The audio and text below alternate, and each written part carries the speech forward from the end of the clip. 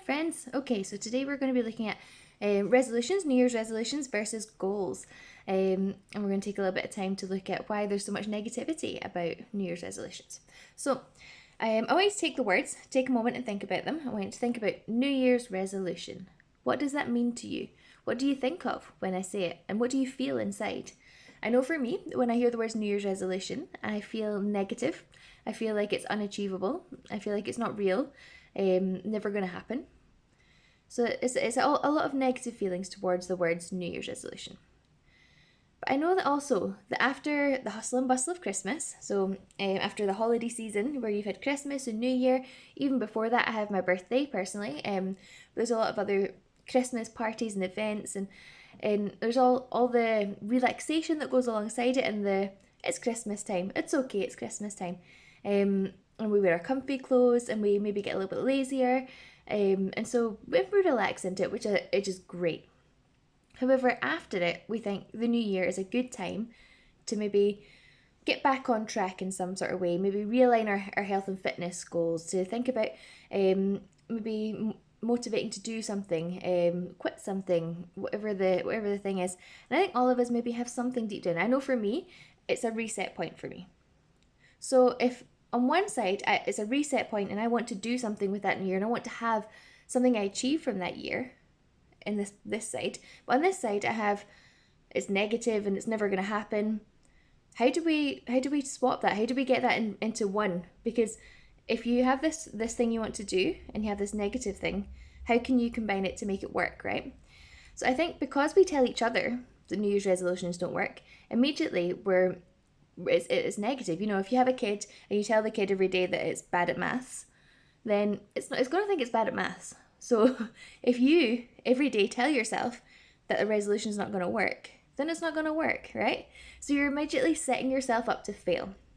So I think that's the first big thing with New Year's resolutions is we're telling each other and we're telling ourselves that it's not going to work from the get-go. So why bother? So we expect to fail. So when that difficult time happens and we don't achieve what we had planned to, we go, oh, well, we didn't expect that to happen anyway. I knew that wouldn't happen.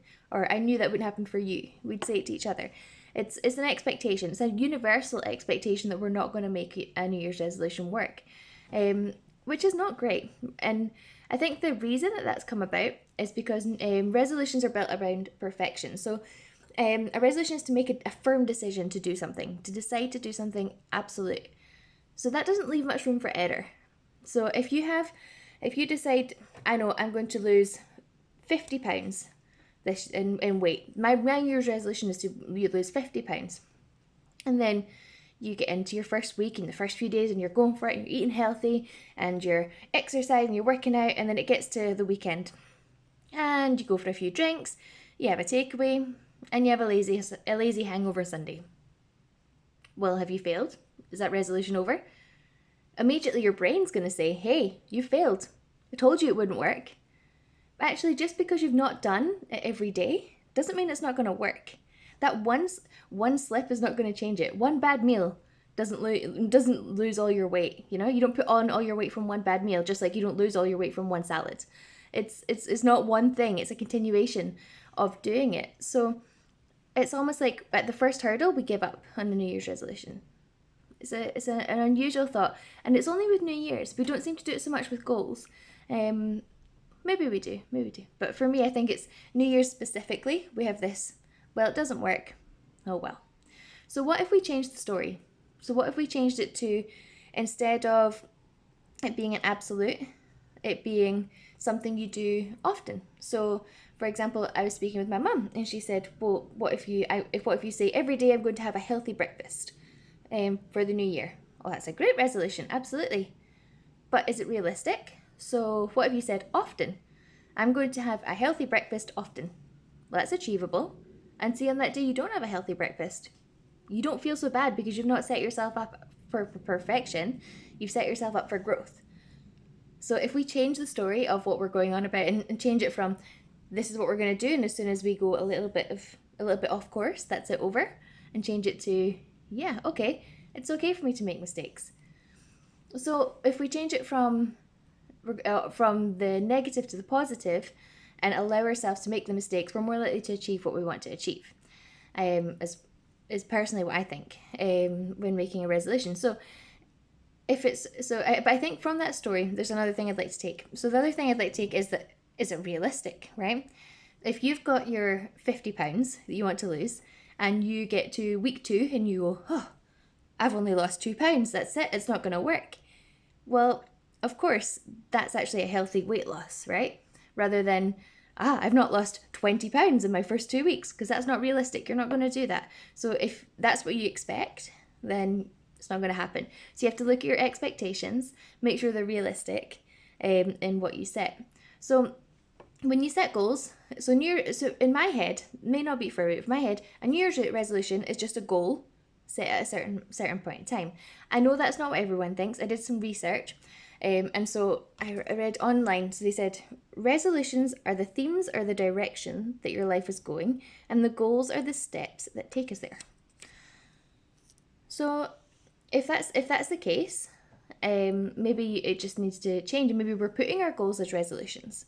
Maybe we just need to change how we think about it, change the wording, and find something that works for us.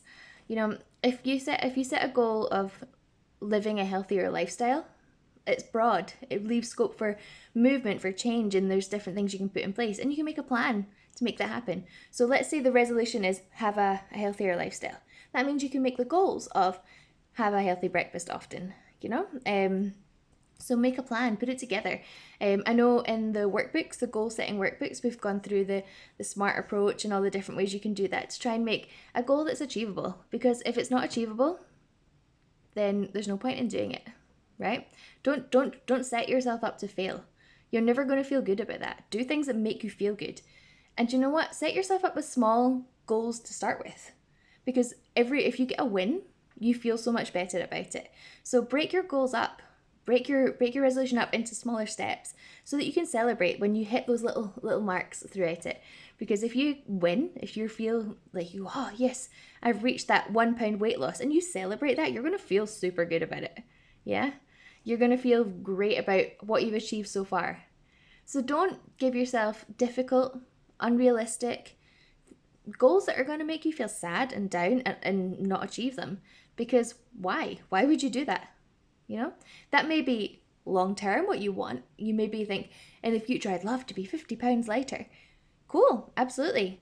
That's great for a long term goal, but let's set up some short term ones to make it there, you know, so that you don't fail on the way, that you take the steps and you feel good about it. Don't go into the new year feeling negative. So let's talk about it. So we always feel like when people say, oh, are you having a New Year's resolution? You go, no. Because you don't want to admit it, right? You don't want to say, oh yeah, I'm going to do that, because as soon as you say it and you don't make it, then people know. They know what you've done or not done, right? So let's be brave and let's keep ourselves accountable. What is it that you would like to achieve this year? I'd love for you to comment below some of the things you want to achieve this year. Now, we can keep each other accountable if that's what you want to do, or we can just say it. Just say it out loud. There's power in saying it out loud, you know, in saying, hey, I am going to do this. I am going to give up fizzy juice. Like, I'm not going to drink that. And then that's it said. It's out loud. It's real, right? In some respects. So if that's what you think and that's what you want to do, feel brave. Step outside your comfort zone. Drop it below. Let me know what you're doing this year. What are you giving up, or what are you gaining?